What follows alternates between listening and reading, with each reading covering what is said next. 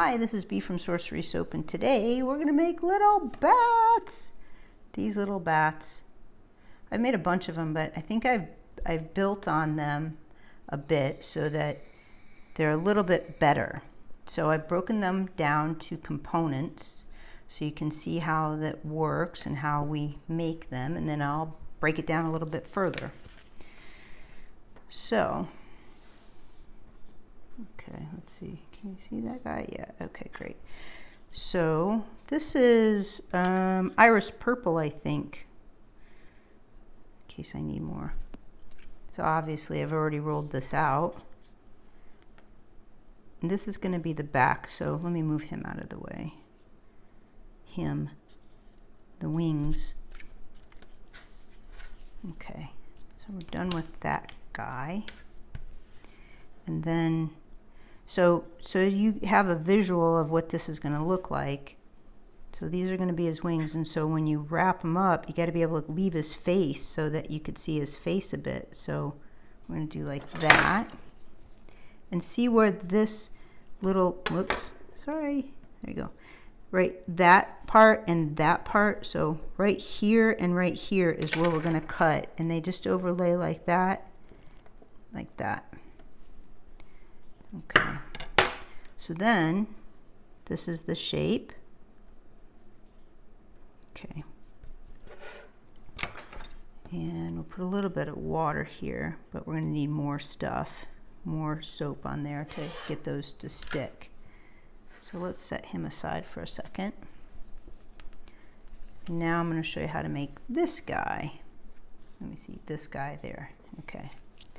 So we need to make the body first, and that's that cone shape that I've talked about many times.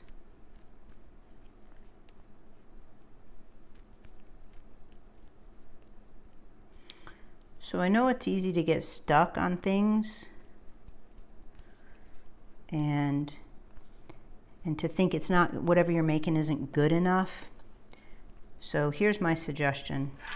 I've made plenty of things that my partner, my boyfriend, couldn't tell were what they were supposed to be.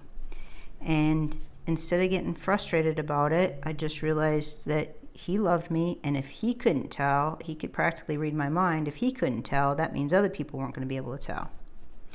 So I went back to the drawing board and continued on.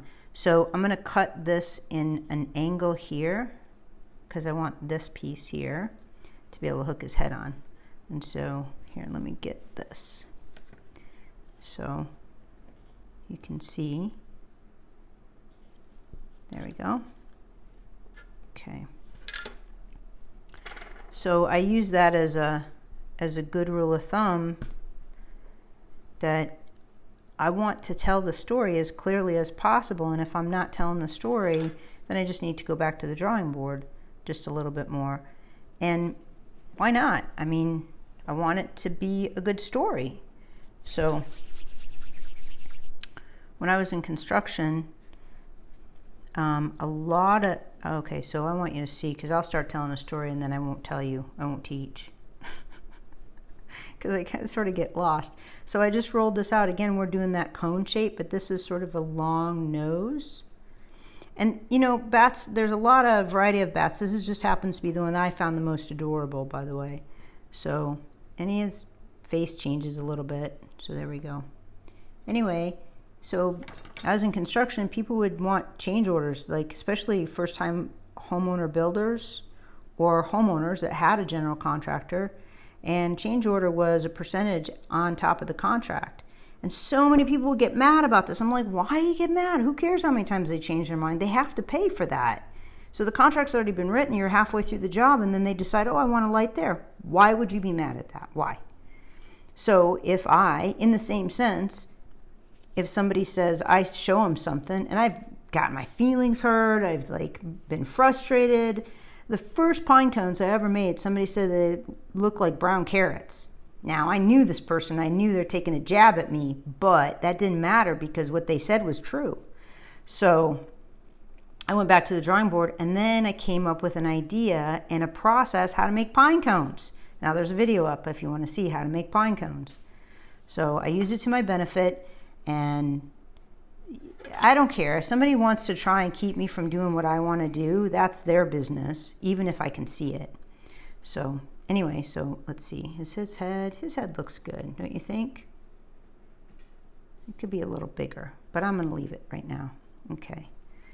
So let's hook his head on like that. Make sure that it's level. A little bit of water, probably too much water, but that's okay. Oops. See when it slid just like that? That's too much water, but that's okay. It'll dry.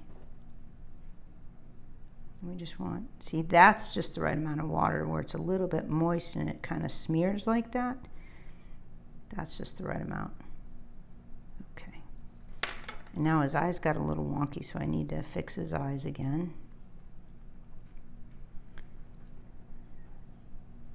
So this guy's eyes are a little bit smaller, but this whole bat is a lot smaller. So now I'm reshaping his face a bit.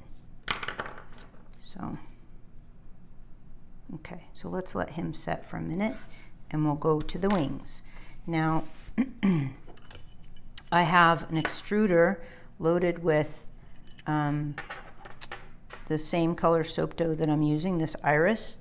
But one of the things I wanted to say is, like, it's ideal to always make one extra embellishment and keep it, because he's pretty hard. He's not gonna, he just kind of rolls around in my drawer. Now I've made a lot more of these. I made them in black, a little bit longer, that I put bronze on, and then they look bronzed. Those are my favorite ones of all time, and I wish I would have kept one, because when I sat down this morning to do this bat, I couldn't remember how I did it. I couldn't remember what shapes I used. So you saw this little triangle cutter. This came from here. And even though I've made them many times, sometimes I just forget what I just did. So having this gives me a rule of thumb, and then I can always build on it or change it or adjust it. Okay, so now we're gonna make the wings. Because what I did was, see, this one is a little bit thicker than that, and I'm okay with that. That's a little bit thinner than this one. I'm okay with having the bigger one today, but I needed to, like, I couldn't even figure out, well, what extruder did I use? So, I mean, there's just so much stuff going on in the world, we forget stuff and then need a little reminder. That's part of the other reason why I'm making these videos too, because then if you see something, you go, oh yeah, I saw that made, and I could use that idea and build on that idea to make something else. So that's part of why I talk about the shapes and the magic of soap dough, is because once you figure out the shapes and you start to see, then everything is possibility. You could look at it and just think, oh yeah, I could do that in soap. And still, you know, there's some things that super challenge me, like the steampunk stuff. I did a bulldog. That was very challenging. I'll never do those for the top of a soap, by the way. Well, first of all, it's not my idea. It was from Mystical Creations or something like that. I emailed her, talked to her plenty of times, promoted her, because I just took her idea and made it into soap, but, you know, changed a bunch of stuff. And I didn't want her to be upset, which is easy to be upset when somebody does that to you. So I just wanted her to know that I was just testing my boundaries and promoting her, because she does amazing stuff in polymer clay, and she was actually very gracious about it. And I didn't even link to any of my own stuff. I linked to her website. So I really wanted people to take a look at her stuff. So she was very cool about it. But yeah, that's not my idea, and I wouldn't make a soap out of that. It's like me trying to sell a soap that's got Snoopy's on it. That is not a good idea. It just causes all types of grief. Oops. So I'm making these little pointed ones in there stick up a little bit. So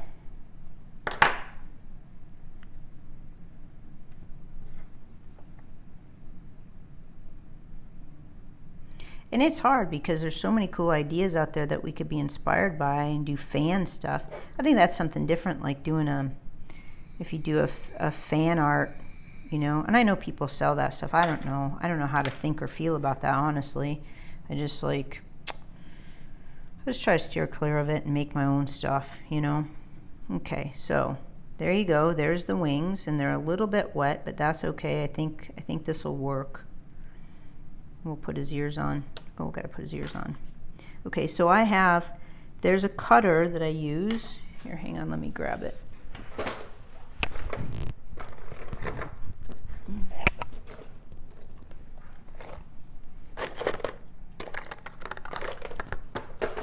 So I like this little cutter for just this reason, and I had such a hard time finding them and replacing them. I bought two when I first got them because I was afraid I wouldn't be able to find them anymore. So this is what we offer. They're $3.50, or you know, $3.50, whatever that means to you. But anyway, so I have a bunch of those on the website, and this is why, because they make these. These are my ears. So now I have ears that I don't have to sit and cut at the time that I'm making stuff. So, oops. And I just happen to have this color, which is super awesome. So just about this color. This one's a little tick lighter, but it's not that noticeable, I don't think. So I put him right behind his eyes. And you can get a little bit more purchase on them when they're not freshly made. See? Oops. Those fuzzes, those are just ridiculous. They just appear out of, they're like magic, I think. Magic fuzzes. Okay. So I know he should have really big ears, but ears break off, and I'm good with his little tiny ears. Let's put his eyeballs in too. This guy needs eyeballs too.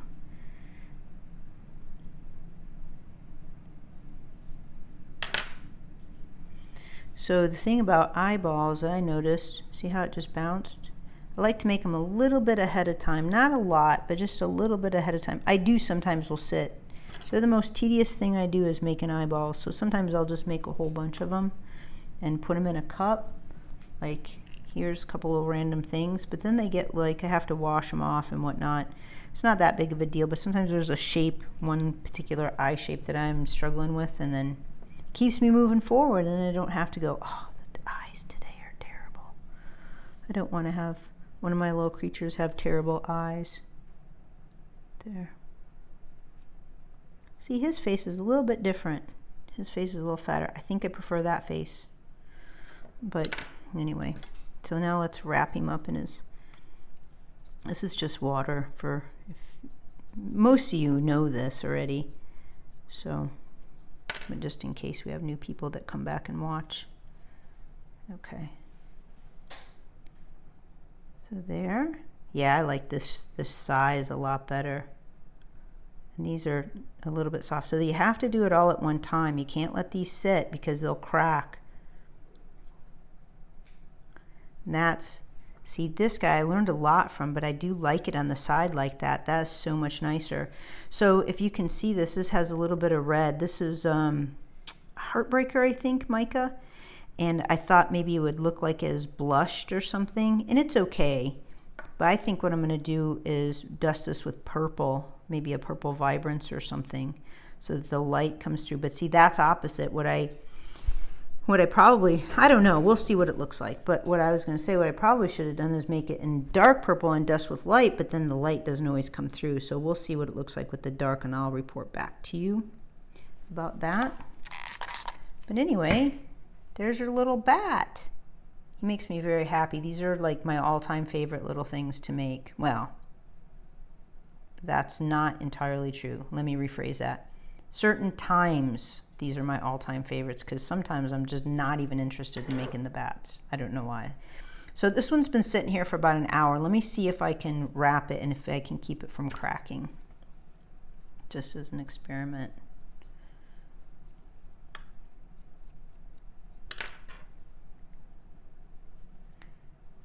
Yeah, that's not too bad. I think I can salvage that.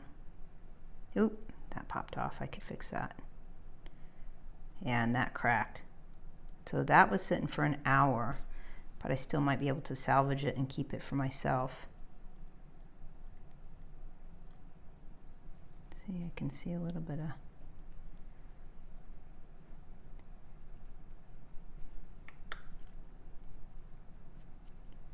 But I thought making the bats might be fun for Halloween. Halloween's right around the corner.